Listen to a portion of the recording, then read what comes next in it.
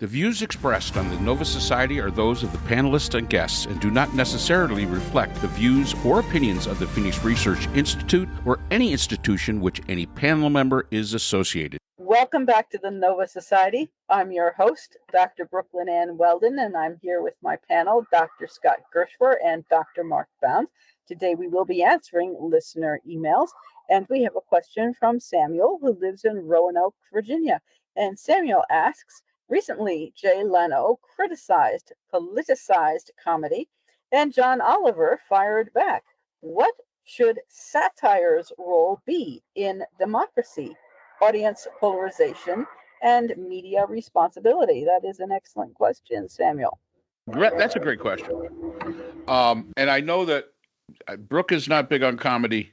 However, Scott and I are. And you wanted to see political satire back in the day. You know, people think that in our generation it was like Saturday Night Live, things like that. But I'll tell you something, Mad Magazine, absolutely brilliant. And it was all about political satire. And it made satire of the Cold War.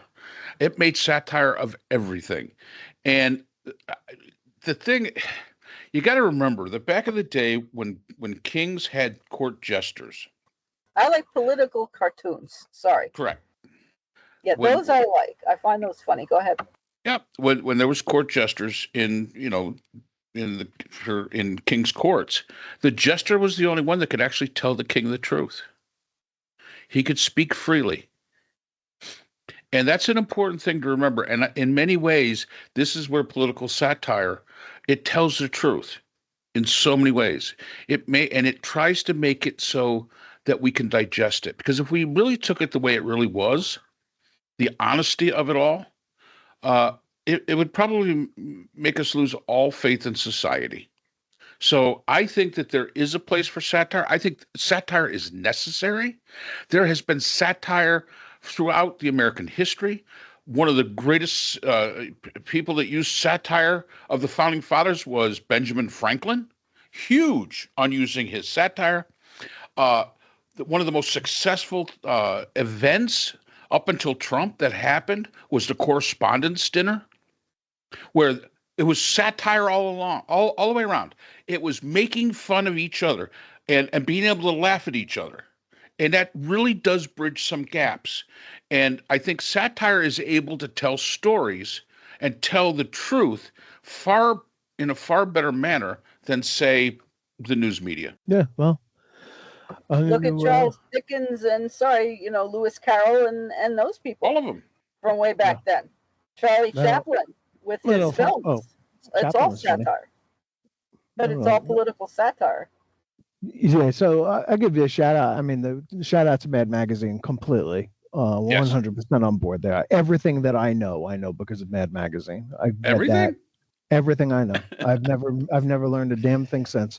And I was a kid. I read Mad Magazine over and over and over. I kept them all. I read them again. I read them another time. Sometimes I didn't know what the movies were because I hadn't seen the movies, but I still loved the satires of them. I loved the drawings and the comics and everything about it. I just ate it up when I was a kid. And I moved on probably in middle school to National Lampoon. Mm-hmm. Monty Python, probably right around that same time, was a big influence. I do not, however, I don't watch late night comedy shows like the talk shows. I've never done that for whatever reason. My roommate in college was really big on them, watched them pretty much every night, and I just went to sleep. I just wasn't really interested in it. So he was a huge Letterman fan, and from what I can recall, Letterman was pretty funny. I never found Jay Leno funny at all. I didn't like his kind of humor. I do think John Oliver is real funny. Don't often watch his show on HBO, but sometimes I do, and I always like it very much. It's so important to be able to laugh, and it's unfortunate, and I don't understand it, frankly, why Trump is so thin-skinned about this stuff. It really does boggle my mind because, he's a New Yorker. He's from Queens. And, out-of-borough guys like us, I'm from Brooklyn, he's from Queens, out-of-borough guys always had good senses of humor. And I don't understand why the why he's got to take himself so seriously and why he can't be made fun of. It's just one of the things about his personality that's really disturbing. One of many, but it's one that I really don't understand. He should be able to laugh at it. He's a comical looking guy with that bizarre hair of his and the makeup and all that kind of stuff. He's ripe for comedy, and he just doesn't seem to have a good sense about it at all. But I think Saturday Night Live is really funny, has been from the beginning. Not all of it works, of course, but when it does work, it's really good. That Nate Bargatze sketch about George Washington was hysterical. The first time they did it, the second time it was okay. Chappelle is really, really funny very, very often. George Carlin, when he was alive? Well, I mean, George Carlin is the greatest American comedian ever, right? And he went after people's use of language, and that's left and right. So there's no orientation there. And it was the idea that no matter what political party you're in, you belong to, or you like, whatever, they're disgraceful in their use of language, and they're disgraceful in the fact that they're hoarding power from themselves and taking it away from everybody else. And the most important stuff that George Carlin did, was all this like we're owned by people, and they're stealing from us. Through the 80s into the 90s, I think I saw him in the 2000s live on stage. His act was all about the post-Reagan revolution, on how we've moved $90 trillion from average Americans up to the richest people in the world, and how they continue to get more and more, and they're never satisfied. And he does it in a really funny way. So yep. My son got me started with George Carlin. Yes, sorry. Go ahead. Yeah. So there is comedy that I like. George Carlin was brilliant. And yes. I would really like to know. He died in 2008. I would really like to know what he would be if he was still alive and still working. What he'd be saying about the Trump era, because he came before it. I'm sure that would be brutal. I'm sure you could do that through AI and probably get a really good result. That would be interesting. Somebody should try that. Yeah, I think that would be real. And and again, this, I understand that it's Leno and John Oliver going back and forth. That's modern times. But as I say, satire's gone on for forever. In ancient Greece, there was satire. In ancient Rome, there was satire. Ever since civilization has existed, there's always been one guy that's going to make fun of it. I mean, that's just a girl that's going to make fun of it. And that's perfectly all right. And I believe that for a strong democracy, you have to have satire. I think you've got to have it, because I think that's one way that reality gets presented to the masses. Does it create audience polarization? Yes, it does, especially today. Maybe not as much as before. Maybe not as much as it did before, but it did. But it does today. And is it media responsibility? The only thing I would say is the media has the responsibility to put it out there. They have to put it out there. You should not. I'm sorry, CBS or NBC, whichever one it was. You should not have canceled the Late Show. And I'm sorry, you shouldn't have done it. I think it's wrong. And for a group of people that since 2016, the conservative movement that has complained about being, silenced, what's one of the things they do? They silence a voice against them. So, you're hypocritical. And I honest to God wish George Carlin was alive today so he could talk about you, because the man was brilliant. And I think you would have, and I wish Mad Magazine was up and going. And one of the great things about humor is it twists things just a little bit and makes you think about them in a different way. Chris Rock did a great bit, right, about OJ, and he's talking about OJ's wife and her boyfriend, and he said he's living in his house, driving his car, and the punchline is, I'm not saying he should have killed her, but I understand. And I mean, that's, when I heard that, I was like, oh my God, I've never heard anything so funny in my life because, yeah, it's crazy. But hey, look, it's the media fragments. That's what it does, right? And so there's right wing media and there's left wing media and there's probably little bits in between. It really is, a natural progression of media that people on the right should find their own comedians that they enjoy watching. And I'm told that Greg Gutfield, or whatever his name is one of those. So don't particularly find the guy funny myself, but if that's right wing humor, yeah, go for it. Dennis Miller was kind of right wing humor for a while there. I can't think of anybody else comes to mind. But the one that I wanted to give a big shout out to was South Park. Yes, because South Park has done great work and always gets away with more stuff than anybody else, probably because it's a cartoon.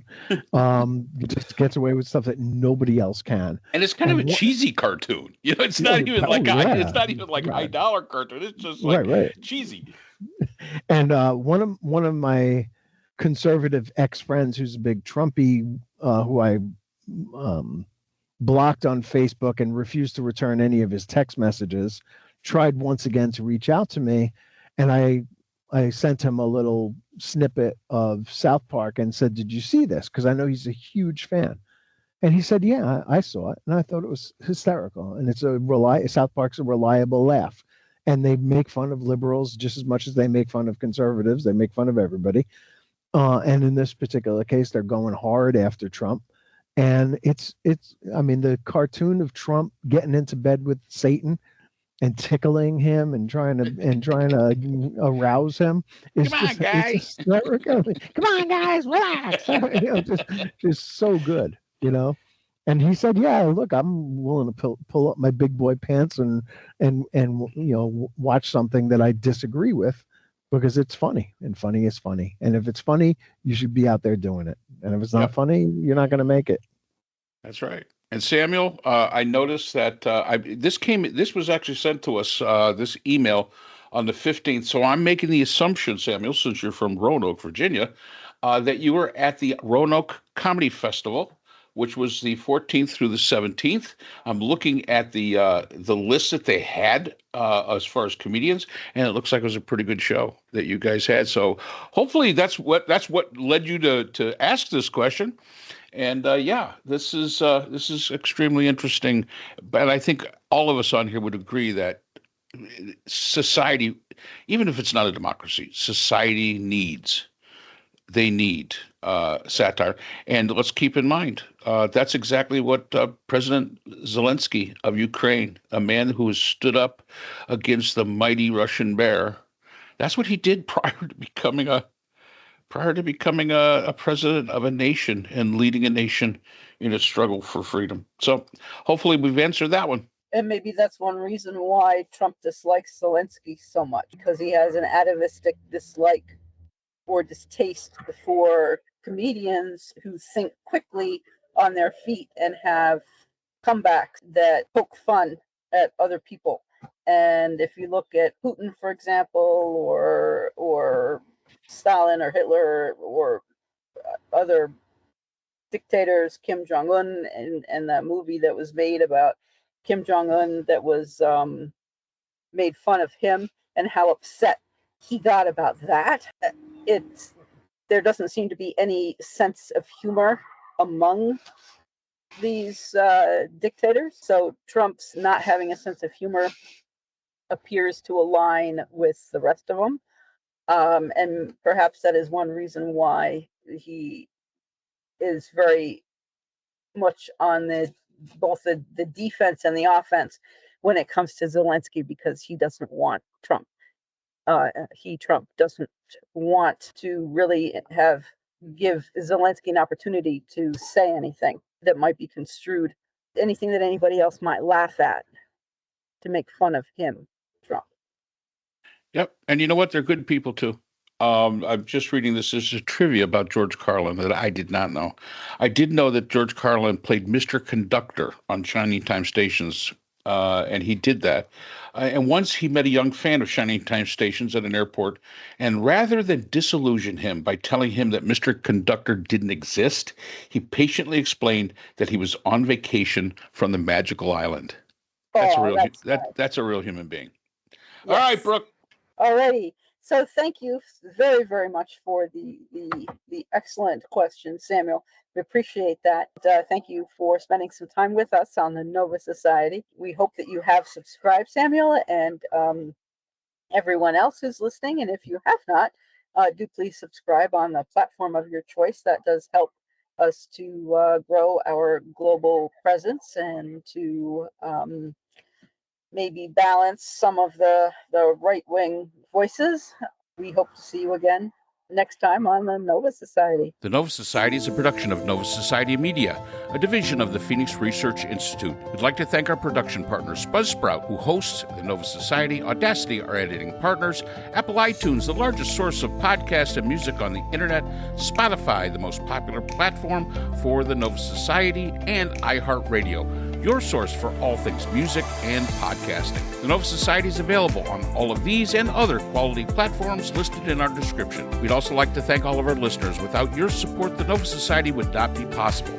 If you have a question or comment, we can be reached at nova.society.podcast@gmail.com. So for Dr. Brooklyn Ann Weldon, Dr. Scott Gershwer, and all of our production partners here at the Nova Society, I'm Dr. Mark Bound. Remember, the true power in society is knowledge. Thanks for listening, and we will see you again next time. Hi, everyone. This is JJ, the co-founder of Good Pods. If you haven't heard of it yet, Good Pods is like Goodreads or Instagram, but for podcasts. It's new, it's social, it's different, and it's growing really fast. There are more than 2 million podcasts, and we know that it is impossible to figure out what to listen to. On Good Pods, you follow your friends and podcasters to see what they like. That is the #1 way to discover new shows and episodes. You can find Good Pods on the web or download the app. Happy listening!